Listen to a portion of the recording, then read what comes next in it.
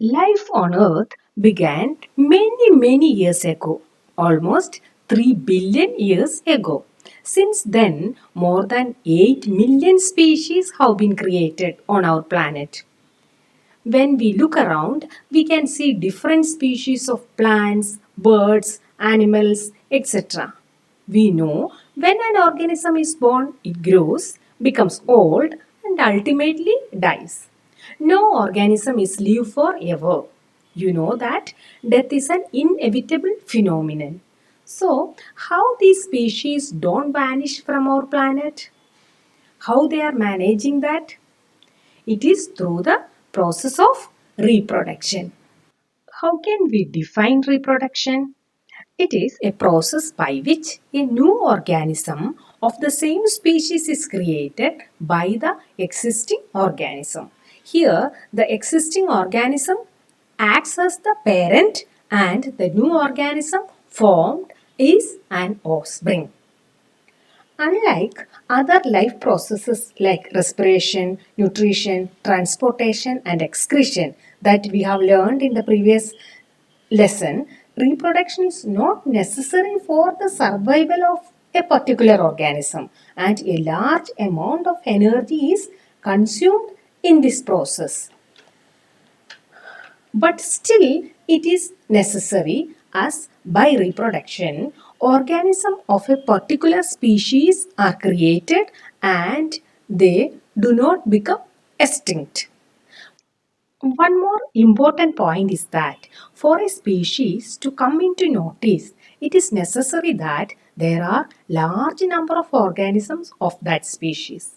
Whenever we see living organisms around us, like crows flying in the sky, or dogs playing in our backyard, or even human being walking around the street and talking, when these organisms are in a group, it is easily noticeable. If there is only one crow in some corner of the world, hardly anyone would have known about it. Look at this picture. All these crows, dogs, human, all are in groups. So they are very easily noticeable. Reproduction involves the creation of new individuals or offsprings from their parents. Offsprings resemble their parents in many ways. Here, look at this picture. These puppies resemble their mother in their appearance. How is it possible? During the process of reproduction, offspring receives cells from their parents. In the case of sexual reproduction, offspring receives one cell from the male parent, that is the sperm, and another cell from the female parent, that is the ovum. These two cells unite to form the zygote. This zygote is the first cell of the offspring. Through these cells, that is, through sperm and ovum, offspring receives many chromosomes. Look at this picture. This puppy receives chromosomes from mother and father. Just like that, in the case of human being, baby receives chromosomes from both father and mother. Here, the cell contains nucleus. Nucleus has many chromosomes. Chromosomes are made up of protein and DNA. Here you can see double helix structure of DNA. DNA in turn is made up of many genes. The part of the DNA is called a gene. These genes contain specific instructions for different characteristics for a particular species. That makes each type of living creature unique. In this picture, you can see both the parents of these puppies. Some of these puppies are like their mother in their appearance and some are like their father. But you can see few are different from their father and mother. These differences are called variations. Do you know how it happens? During the process of reproduction, the exact copies of DNAs are not created. There are some variations in the newly created DNAs of the offspring. These variations are reflected in their external as well as internal characteristics. Now, the question is that why variation takes place and why is it necessary? Now, let us understand this with an example. Suppose a species of bacteria lives in temperate water. It means they are accustomed to moderate temperature. Now, due to the phenomenon of global warming, even though it is a slow process, the temperature of the water body increases gradually. If all the individuals of this species are similar, they will not be able to tolerate the increase in temperature and will ultimately die, and the whole species gets wiped off. But if there would have been some variations in the few individuals of the bacteria, they would have become more resistant to heat. Here, in this picture, you can see that type of variation. Here we have original population and final population. The light shaded one represents the original bacteria and the dark shaded one represents the resistant bacteria. Many of them in the original population acquire the ability to withstand the temperature.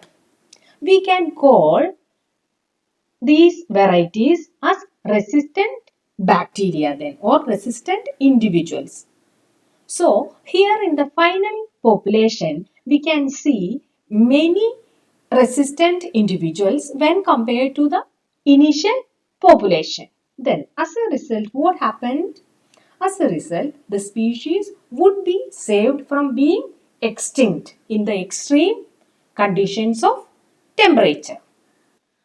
As a result, the species would be saved from being extinct in the extreme conditions of temperature. In this way, variations help the species from being extinct. In the previous chapter, we have seen that different organisms have different methods of respiration, nutrition, transportation and excretion. Likewise, the methods of reproduction also vary in different organisms. Methods of reproduction can be broadly classified into two, which are they? Sexual reproduction and asexual reproduction. This division is based on one principle. What is that principle? An organism do or do not contain reproductive cell or sex cells or germ cells in them. Based on that, we can divide reproduction into asexual and sexual. Organisms which do not have germ cells reproduce by asexual method of reproduction. So here no sex cells produced and no fertilization. But organisms which have germ cells or the reproductive cells, they reproduce by sexual method. So in the sexual method of reproduction involves the production of special sex cells called gametes and the fertilization takes place. First of all, let us see asexual reproduction. How can we define asexual reproduction? Asexual reproduction can be defined as the process of the production of a new organism from a single parent without any involvement of sex cells. This process can take place both in unicellular and multicellular organisms. Different organisms have different body structure. Depending upon their body design, there are 6 different methods of asexual reproduction. They are fission, fragmentation, budding, vegetative propagation, regeneration and spore formation. Now, we will learn all these processes in detail. Now, let us see what is fission. Fission simply means splitting into two or more parts. We can see the process of fission in unicellular organisms like bacteria, amoeba, plasmodium, etc. Here, let us see an example of amoeba. As you all know, amoeba is a unicellular organism. You can see the nucleus and cytoplasm around it. Like all other organisms, amoeba also grows gradually. When it reaches its maximum size, its nucleus elongates and divides into two nuclei. Here you can see the elongated nucleus. The division of nucleus is followed by the division of its cytoplasm. Cytoplasm shrinks at a point. Here you can see the shrinkage on both the sides. It is approximately at the middle of the cell. It continues to shrink until it breaks into two cells. Here we got two daughter amoebas from a single amoeba. As we got two cells, we can call this fission as binary fission. Let us see another example for binary fission, that is euglena. We have seen that in amoeba, cell division can be done in any plane, but here in euglena, it has an elongated body with a whip-like flagellum at its anterior end, so that fission takes place in a definite plane or in a longitudinal plane, so that both the offsprings get the part of the flagellum. Here you can see the elongated nucleus. The division of nucleus is followed by the longitudinal division of cytoplasm. Here also we get two daughter cells as in the case of amoeba. But the only difference is that fission takes place in longitudinal plane.